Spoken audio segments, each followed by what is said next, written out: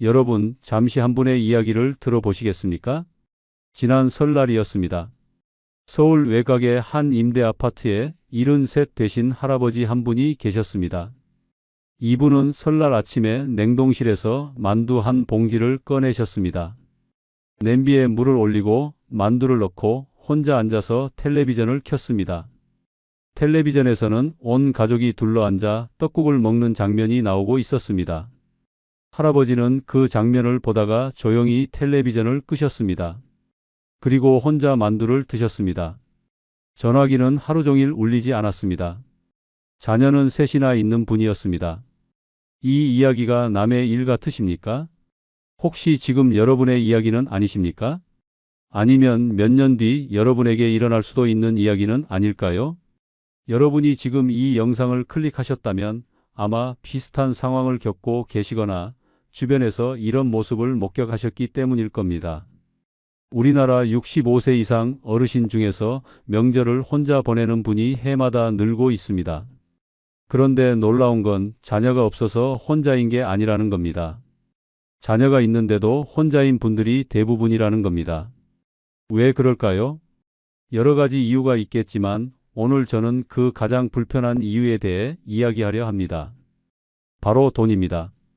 노후에 돈이 없으면 명절에 친척도 자식도 전부 남이 됩니다.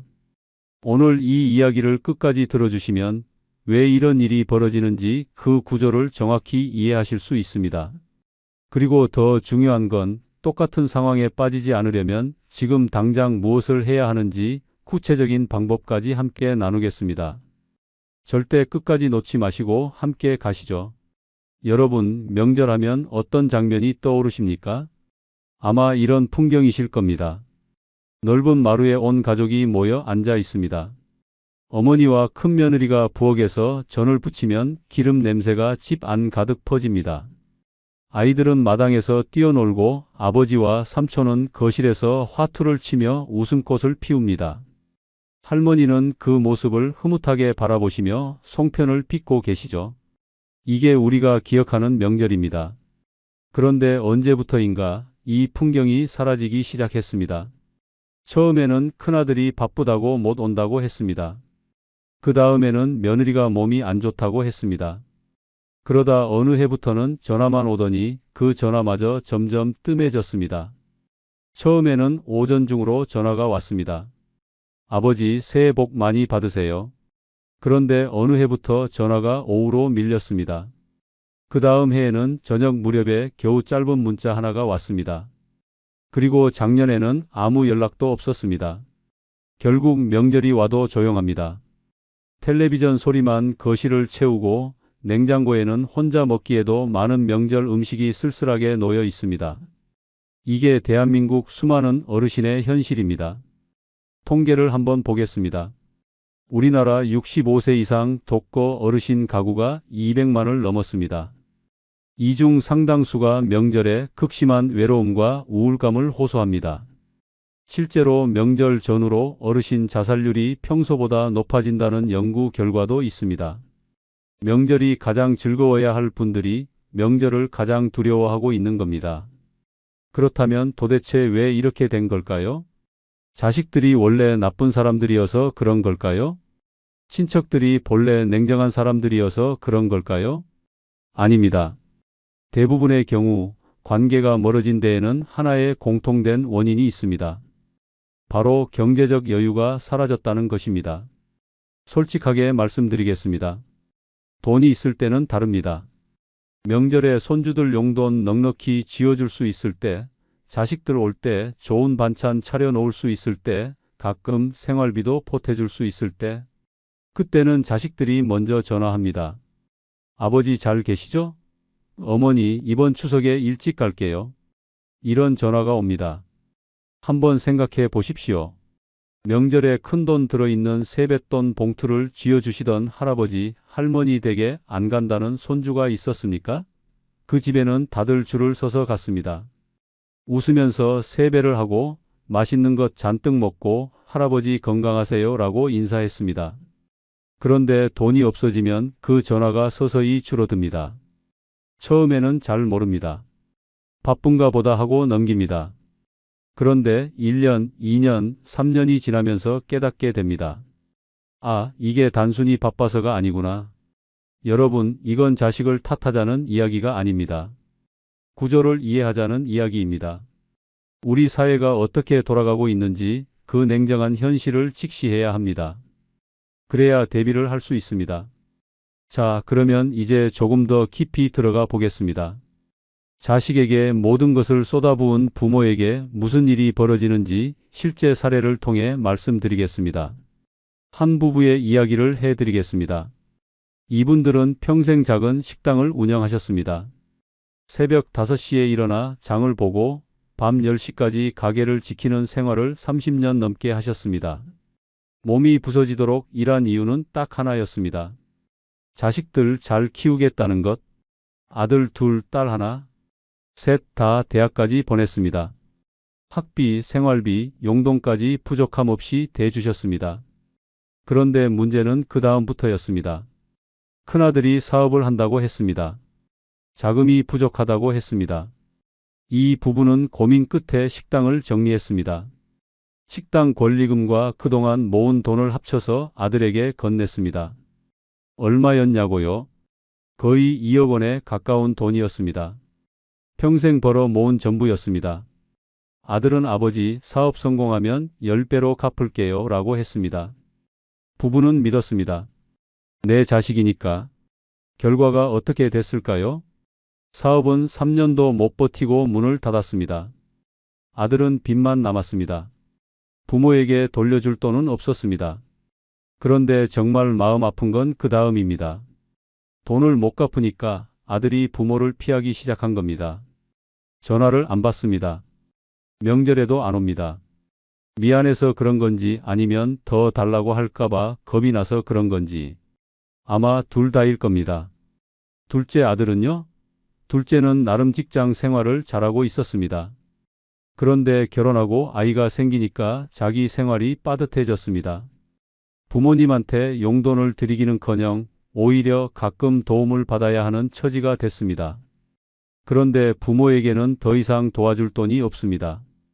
그러니 둘째도 점점 발길이 뜸해졌습니다. 딸은요?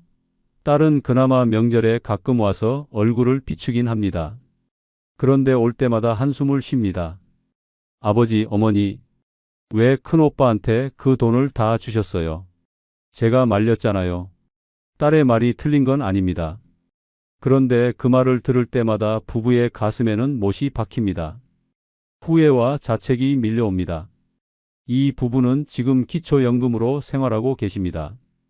월 30만 원 남짓한 돈으로 임대 아파트에서 사십니다.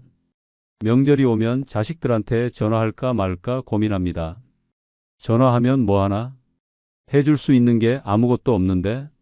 손주한테 10,000원짜리 한 장 쥐어줄 수 없는데? 그래서 전화를 안 합니다. 자식들도 전화를 안 합니다.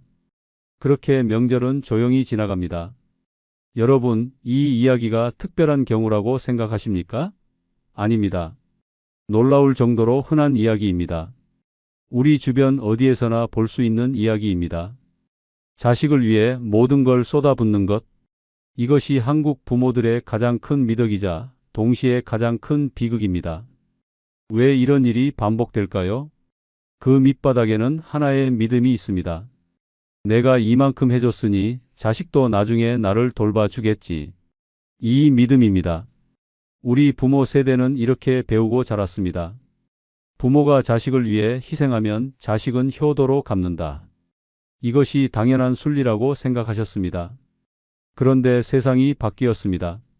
지금의 젊은 세대는 자기 가정을 꾸리는 것만으로도 벅찹니다.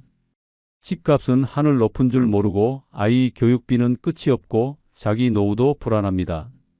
이런 상황에서 부모까지 모시는 건 현실적으로 큰 부담입니다. 마음은 있어도 여력이 없는 겁니다. 그리고 솔직히 말씀드리면 마음조차 예전 같지 않은 자녀들도 있습니다. 이건 도덕의 문제가 아니라 시대의 문제입니다. 그래서 한 가지 여쭤보겠습니다. 혹시 지금 이 순간에도 자식을 위해 노후 자금을 쓰고 계신 분이 계십니까? 자녀의 결혼 자금, 전세, 보증금, 손주 학원비. 이런 것들을 대주면서 정작 본인의 노후는 뒷전으로 밀어두고 계시지는 않습니까? 만약 그렇다면 제발 잠시 멈추십시오. 오늘 이 이야기를 끝까지 들으신 다음에 다시 한번 생각해 보시기 바랍니다. 자, 이제 자식 이야기에서 조금 범위를 넓혀 보겠습니다. 명절에 빠질 수 없는 사람들이 또 있죠. 바로 형제, 자매, 친척입니다. 피를 나눈 사이, 그 관계는 과연 돈과 상관이 없을까요? 어렸을 때를 한번 떠올려 보십시오.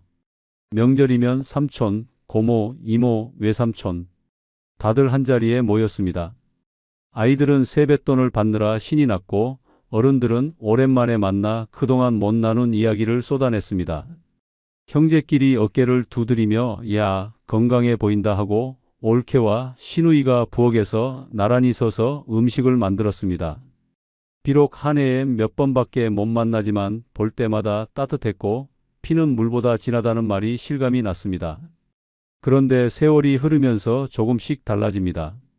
형제들 사이에서도 경제적 격차가 벌어지기 시작합니다. 누구는 잘되고 누구는 어려워집니다. 처음에는 별것 아닌 것 같습니다. 그런데 이 차이가 점점 벌어지면 관계에도 금이 가기 시작합니다. 한 가지 사례를 말씀드리겠습니다. 사형제가 있었습니다. 아버지는 일찍 돌아가시고 장남이 동생들을 챙겼습니다. 동생들 학비도 보태주고 막내가 결혼할 때 자금도 보태줬습니다. 그때 동생들은 형을 정말 존경했습니다.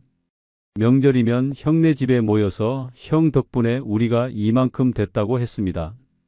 형은 뿌듯했고 가족 모임의 중심이었습니다. 그런데 형이 50대 후반에 사업이 기울었습니다. 투자한 돈을 날렸습니다. 빚이 쌓였습니다. 결국 집을 줄이고 작은 원룸으로 이사했습니다. 처음에 동생들은 걱정해 주었습니다. 그런데 형이 한두 번 돈을 빌려달라고 하자 분위기가 달라졌습니다. 둘째 동생은 형, 나도 사정이 안 좋아라고 했습니다. 셋째는 전화를 잘 안 받게 됐습니다. 막내는 아예 명절 모임에 불참하기 시작했습니다. 그러더니 어느 해부터는 명절 모임 자체가 없어졌습니다. 형 없이 동생 셋끼리 따로 만난다는 소문이 돌았습니다. 명절에 둘째 동생 집에 모여서 고기를 구워 먹었다는 이야기를 형은 나중에 다른 친척을 통해 들었습니다. 형은 그 사실을 알고 나서 다시는 동생들에게 연락하지 않았습니다. 평생 동생들을 위해 살았는데 형편이 어려워지니까 명절 식탁에서도 빠지게 된 겁니다. 형은 그해 설날에 홀로 컵라면을 끓여 드셨다고 합니다. 여러분, 이게 특별히 나쁜 사람들의 이야기일까요? 아닙니다. 평범한 사람들의 이야기입니다. 돈이 있을 때는 관계의 중심이었던 사람이 돈이 없어지니까 관계의 변두리로 밀려난 겁니다. 피를 나눈 형제 사이에서도 이런 일이 벌어집니다. 우리 속담에 있을 때 잘해라라는 말이 있습니다. 이 말을 뒤집으면 이런 뜻이 됩니다. 없으면 아무도 안 해준다. 참 잔인한 말이지만 현실입니다. 가족이라는 이름으로 묶여 있어도 그 끈을 유지하는 데에는 최소한의 경제적 조건이 필요합니다. 그 조건이 무너지면 관계도 서서히 풀어지기 시작합니다. 물론 세상에는 돈과 상관없이 서로를 챙기는 형제도 있고 부모를 극진히 모시는 자녀도 있습니다. 그런 관계는 정말 소중하고 그런 분들은 정말 복 받으신 겁니다. 하지만 모든 관계가 그렇지는 않다는 것을 인정해야 합니다. 특히 돈이 없는 노후에는 관계의 진짜 민낯이 드러납니다. 그런데 말입니다. 정말 슬픈 건 따로 있습니다. 돈이 없어서 관계가 멀어지는 것도 가슴 아픈 일이지만 더 가슴 아픈 건 정작 본인이 이 상황을 가장 늦게 인정한다는 겁니다. 아니야, 걔들이 요즘 바쁜 거야. 아니야, 다음 명절에는 오겠지. 이렇게 자기 자신을 달래면서 현실을 직시하지 못합니다. 이 부정이 상황을 더 악화시킵니다. 자, 그렇다면 돈이 없으면 단순히 관계만 멀어지는 걸까요? 아닙니다. 훨씬 더 깊은 상처가 생깁니다. 바로 자존심의 문제입니다. 여러분, 사람이 가장 고통스러운 순간이 언제인지 아십니까? 배가 고플 때도 아니고 아플 때도 아닙니다. 자존심이 무너지는 순간입니다. 나는 아무 쓸모도 없는 사람이구나. 이 생각이 드는 순간 사람은 안에서부터 무너집니다. 노후에 돈이 없으면 이 자존심의 문제가 심각해집니다. 구체적으로 어떻게 그런지 말씀드리겠습니다. 명절이 다가옵니다. 자식 집에 가야 하는데 빈손으로 갈 수가 없습니다. 예전에는 손주들한테 5만 원, 10만 원씩 용돈을 쥐어줬습니다. 맛있는 것도 사줬습니다. 그런데 지금은 10,000원 한 장 꺼내기가 어렵습니다. 며느리한테, 사위한테 줄 선물도 없습니다. 이런 상황에서 명절에 가면 어떤 기분이 들까요? 실제로 많은 어르신들이 이렇게 말씀하십니다. 차라리 안 가는 게 낫다. 가면 주눅이 드니까. 해줄 게 없으니까 눈치만 보게 된다. 자식이 안 부르는 게 아니라 내가 안 가는 거라고 스스로 합리화합니다. 그런데 사실 그 마음 밑바닥에는 돈도 없는 주제에 뭘 하러 가나라는 자괴감이 깔려 있습니다. 한 분의 이야기를 더 들려드리겠습니다. 72세 되신 어머니 한 분이 계셨습니다. 남편은 이미 돌아가셨고 자녀는 아들 둘이 있었습니다. 이 어머니는 자식들에게 폐가 되기 싫어서 새벽마다 전통시장에 나가 일을 하셨습니다. 나무를 다듬는 일이었습니다. 하루에 3만 원 정도를 받았습니다. 이 돈으로 방세를 내고 밥을 해 드시고 아주 조금씩 모았습니다. 무엇을 위해 모았냐고요? 명절에 손주들 줄 용돈이었습니다. 이 어머니는 자식들에게 시장에서 일하는 걸 절대 알리지 않았습니다. 왜냐고요? 창피해서입니다. 이 나이에 시장에서 나물이나 다듬고 있다는 걸 자식들이 알면 자기 체면이 서지 않는다고 생각하신 겁니다. 그래서 아들들이 어머니 뭐 하세요? 라고 물으면 그냥 집에서 쉬지 뭘 하고 대답하셨습니다. 그런데 어느 날 큰아들 며느리가 우연히 시장에서 이 어머니를 보게 됐습니다. 나물 앞에 쪼그리고 앉아 일하고 계시는 모습을 며느리는 놀랐고 아들에게 이야기했습니다. 아들은 어머니에게 전화했습니다. 어머니, 왜 그런 일을 하세요? 그만두세요. 그런데 그 전화 뒤에 아들이 생활비를 보내주었을까요? 가끔 얼마 보내주다가 몇 달 뒤에는 다시 끊겼습니다. 자기 생활도 빠듯하니까요. 어머니는 다시 시장에 나갔습니다. 이번에는 다른 시장으로 옮겼습니다. 며느리 눈에 띄지 않는 곳으로요. 이 이야기를 들으시면서 가슴이 아프시죠? 그런데 이런 상황이 빚어지는 근본 원인을 생각해 보셔야 합니다. 돈이 없으면 왜 자존심이 무너지는 걸까요? 그건 우리 사회가 사람의 가치를 경제적 능력으로 판단하는 경향이 있기 때문입니다. 돈이 있는 사람은 존중받고 돈이 없는 사람은 무시당합니다. 이것이 현실입니다. 아무리 돈이 전부는 아니다라고 말해도 막상 돈이 없으면 사람 취급을 못 받는 경우가 너무 많습니다. 특히 노인에게 이 문제는 더 심각합니다. 젊은 사람은 돈이 없어도 미래가 있습니다. 다시 벌면 됩니다. 그런데 나이가 들면 새로 돈을 벌기가 어렵습니다. 체력도 달리고 일자리도 마땅치 않습니다. 이 상황에서 가진 돈마저 없으면 앞이 막막해집니다. 그리고 가족과의 관계에서도 위축될 수밖에 없습니다. 경제적 빈곤이 심리에 미치는 영향은 연구로도 증명되어 있습니다. 돈이 부족한 어르신일수록 우울감이 높고 사회적으로 고립되는 경향이 뚜렷합니다. 그리고 스스로 고립을 선택하는 경우가 많습니다. 아무도 안 만나는 게 편해. 이렇게 말씀하시지만 사실은 만나면 주눅이 들까봐 두려운 겁니다. 돈이 없으면 사람을 만나는 것 자체가 스트레스가 됩니다. 명절만 해도 그렇습니다. 친척 모임에 가면 이런 질문들이 쏟아집니다. 형님, 요즘 뭐 하세요? 삼촌, 건강은 괜찮으세요? 이 질문들이 그냥 안부처럼 들릴 수도 있지만 경제적으로 어려운 분에게는 칼날 같은 질문입니다. 뭘 하긴 뭘 해? 할 게 없지. 이렇게 대답하는 순간 자존심에 금이 갑니다. 더 괴로운 건 옆에서 다른 친척이 자기 자식 자랑을 할 때입니다. 우리 아들이 어디 승진했다. 우리 딸이 해외여행 보내줬다. 이런 이야기를 들으면 입을 다물게 됩니다. 나는 해줄 것도 없고 받은 것도 없으니까요. 그래서 아예 모임에 안 가게 됩니다. 한 번 안 가면 두 번이 쉽고 두 번이면 세 번이 되고 결국 관계 자체가 끊어지는 겁니다. 이렇게 경제적 빈곤은 관계의 단절을 낳고 관계의 단절은 심리적 고립을 낳고 심리적 고립은 건강 악화로 이어집니다. 악순환입니다. 이 악순환의 고리를 끊지 않으면 노후는 점점 더 힘들어집니다. 여러분, 돈이 전부는 아닙니다. 그건 맞습니다.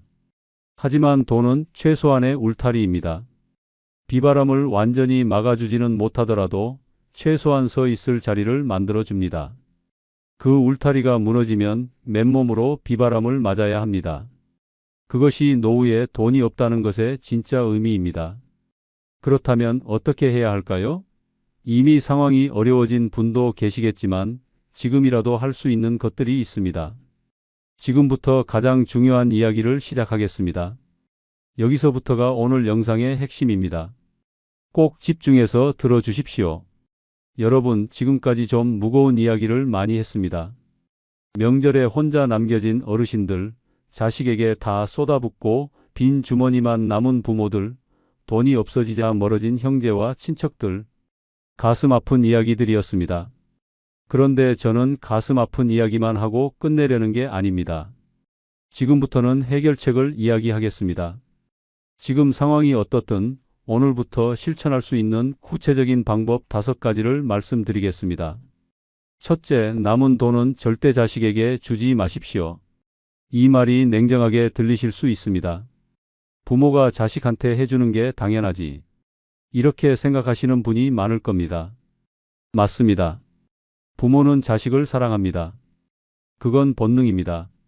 하지만 사랑과 재정 지원은 다른 문제입니다. 자식이 결혼한다고 목돈을 보태달라고 합니다. 손주가 유학 간다고 학비를 대달라고 합니다. 자식 사업 자금을 달라고 합니다. 이런 요청이 올 때 어떻게 하시겠습니까? 내가 해줄 수 있으니까 해줘야지. 이렇게 생각하시면 안 됩니다. 반드시 물어보셔야 합니다. 이 돈을 주고 나면 나는 어떻게 사나? 여러분, 비행기를 타면 안전교육에서 이런 말을 합니다. 산소 마스크가 떨어지면 먼저 본인의 마스크를 착용한 후 옆 사람을 도우십시오. 이유가 뭡니까? 본인이 쓰러지면 아무도 도울 수 없기 때문입니다. 노후 자금도 마찬가지입니다. 내 노후가 무너지면 그때는 자식이 부모를 부양해야 하는 더 큰 부담이 됩니다. 오히려 자식에게 짐이 되는 겁니다. 그래서 첫 번째 원칙은 명확합니다. 은퇴 이후에 남은 돈은 자식에게 주지 마십시오. 그 돈은 내 생명줄입니다. 자식은 젊습니다. 시간이 있습니다. 스스로 벌 수 있습니다. 하지만 여러분에게는 더 이상 새로 벌 시간이 많지 않습니다. 남은 돈을 지키는 것이 자식에 대한 진짜 사랑입니다. 왜냐하면 내가 건강하고 경제적으로 자립해 있어야 자식에게 짐이 되지 않기 때문입니다.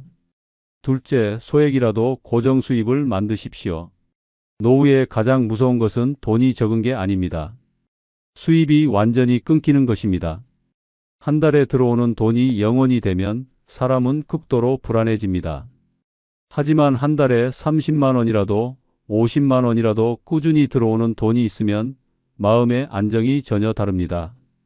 어떻게 만들 수 있을까요? 먼저 기초연금을 확인하십시오. 만 65세 이상이시면 소득과 재산에 따라 매달 기초연금을 받으실 수 있습니다. 2025년 기준으로 단독 가구 최대 약 34만 원 정도를 받을 수 있습니다. 생각보다 모르고 안 받는 분들이 계십니다. 반드시 주민센터에 가셔서 확인하시기 바랍니다. 다음으로 노인 일자리 사업이 있습니다. 정부와 지자체에서 운영하는 어르신 일자리 프로그램이 있습니다. 환경 정비, 교통 안내, 학교 급식 보조 같은 일들입니다. 월 30만 원에서 50만 원 정도의 수입이 생깁니다. 돈도 돈이지만 바깥에 나가 사람을 만나고 활동한다는 것 자체가 큰 의미가 있습니다. 또 여러분이 가진 경험과 기술을 활용할 수도 있습니다. 평생 요리를 하셨다면 반찬 가게 아르바이트를 하실 수 있습니다. 운전을 잘하신다면 대리운전이나 배달 일을 할 수 있습니다. 농사 경험이 있으시다면 주말 농장이나 텃밭 관련 소일거리를 찾을 수 있습니다. 중요한 것은 큰 돈을 벌겠다는 것이 아닙니다. 작더라도 꾸준히 들어오는 수입을 만드는 것입니다. 한 어르신은 이렇게 말씀하셨습니다.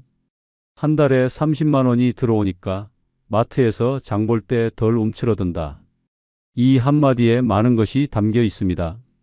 작은 수입이 주는 심리적 안정감은 액수 이상의 가치가 있습니다. 셋째, 주거는 반드시 본인 명의로 지키십시오. 이것은 아무리 강조해도 지나치지 않습니다. 절대로 집을 자식 명의로 넘기지 마십시오. 어차피 나중에 물려줄 거니까 미리 넘기자. 세금 아끼려고 미리 명예 이전하자.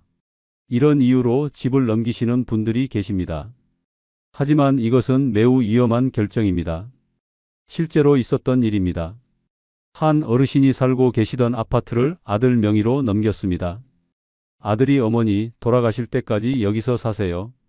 제가 뺏지 않을게요 라고 약속했습니다. 그런데 아들이 사업을 하다가 빚이 생겼습니다.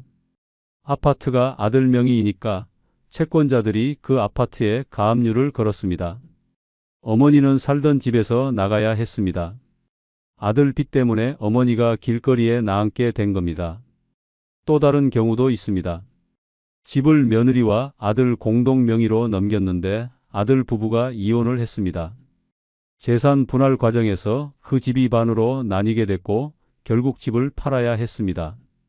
어르신은 평생 살던 집을 잃으셨습니다.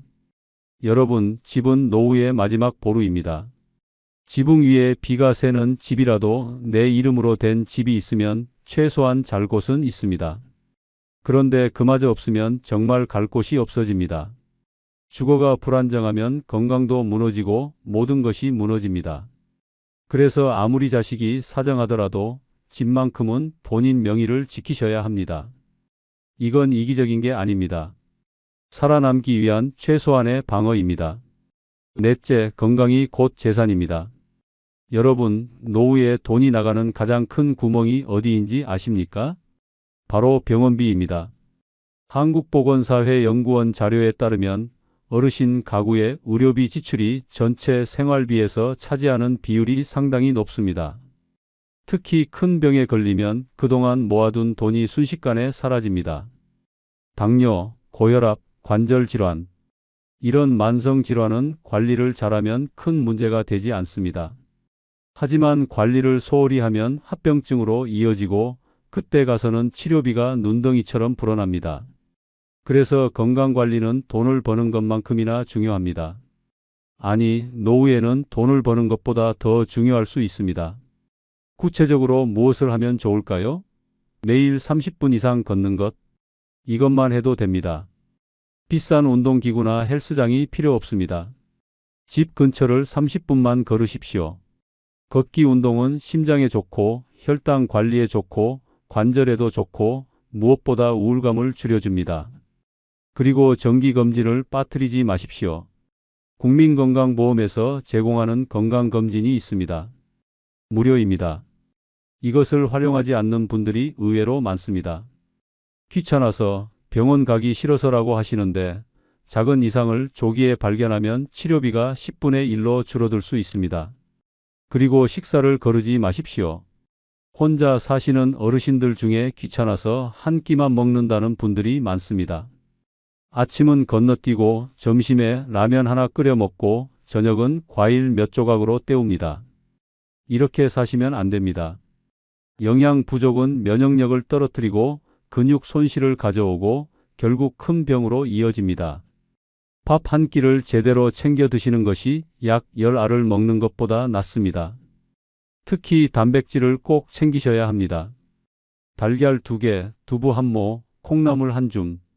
비싸지 않습니다.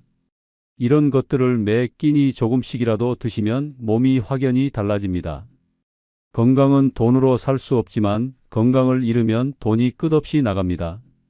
건강을 지키는 것 자체가 재산을 지키는 것입니다. 이 점을 꼭 기억하시기 바랍니다. 다섯째, 관계를 돈으로 유지하려 하지 마십시오. 이 말은 조금 역설적으로 들리실 수 있습니다. 지금까지 계속 돈이 없으면 관계가 멀어진다고 했는데 그렇다고 돈으로 관계를 유지하라는 건 아닙니다. 오히려 반대입니다. 돈으로 유지되는 관계는 진짜 관계가 아닙니다. 명절에 손주 용돈을 많이 줘야 자식이 찾아오는 관계. 형제한테 밥을 사줘야 연락이 되는 관계. 이런 관계는 돈이 떨어지면 같이 끝납니다. 그러니까 애초에 돈으로 관계를 붙잡으려 하지 마십시오. 대신 진짜 관계를 쌓아야 합니다. 진짜 관계는 무엇으로 만들어질까요? 관심입니다. 진심 어린 안부입니다. 잘 지내니? 건강하지? 이 한마디가 10만 원보다 강합니다. 물론 모든 사람이 이 한마디를 귀하게 여기는 건 아닙니다. 하지만 진심을 알아보는 사람은 반드시 있습니다. 그 사람이 진짜 내 사람입니다. 여러분, 이 5가지를 다시 한번 정리하겠습니다. 첫째, 남은 돈은 자식에게 주지 마라. 둘째, 소액이라도 고정 수입을 만들어라. 셋째, 주거는 본인 명의로 지켜라. 넷째, 건강이 곧 재산이다. 다섯째, 관계를 돈으로 유지하려 하지 마라. 이 5가지 중에서 지금 당장 실천할 수 있는 것이 무엇입니까? 하나라도 좋습니다. 오늘 이 영상을 보신 후에 딱 하나만이라도 실천해 보시기 바랍니다. 자, 그런데 여기서 끝이 아닙니다. 지금까지는 현실적인 생존 전략을 말씀드렸습니다. 그런데 사람이 살아가는데 돈과 건강만 있으면 되는 게 아니죠. 관계, 그 따뜻한 연결의 끈이 필요합니다. 돈 없이도 다시 이어질 수 있는 관계가 과연 있을까요? 있습니다. 마지막으로 그 이야기를 해드리겠습니다. 여러분, 조금 전까지 어두운 이야기를 많이 했습니다. 하지만 여기서 끝나면 안 됩니다. 왜냐하면 세상에는 돈이 없어도 다시 관계를 회복한 분들이 분명히 계시기 때문입니다. 그분들의 이야기를 해드리겠습니다. 한 할아버지가 계셨습니다. 75세. 경제적으로 많이 어려우신 분이었습니다. 자식들과도 연락이 뜸해진 상태였습니다. 몇 년째 명절을 혼자 보내셨습니다. 그런데 이분이 어느 날 동네 복지관에 나가기 시작했습니다. 처음에는 점심을 무료로 준다고 해서 갔습니다. 배가 고파서 간 거죠. 체면이고 뭐고 없었습니다. 그런데 복지관에서 사람들을 만났습니다. 비슷한 처지의 어르신들이 모여 있었습니다. 처음에는 서로 말도 없이 밥만 먹었습니다. 그러다 한 분이 바둑 두실 줄 아세요? 하고 물었습니다. 그게 시작이었습니다.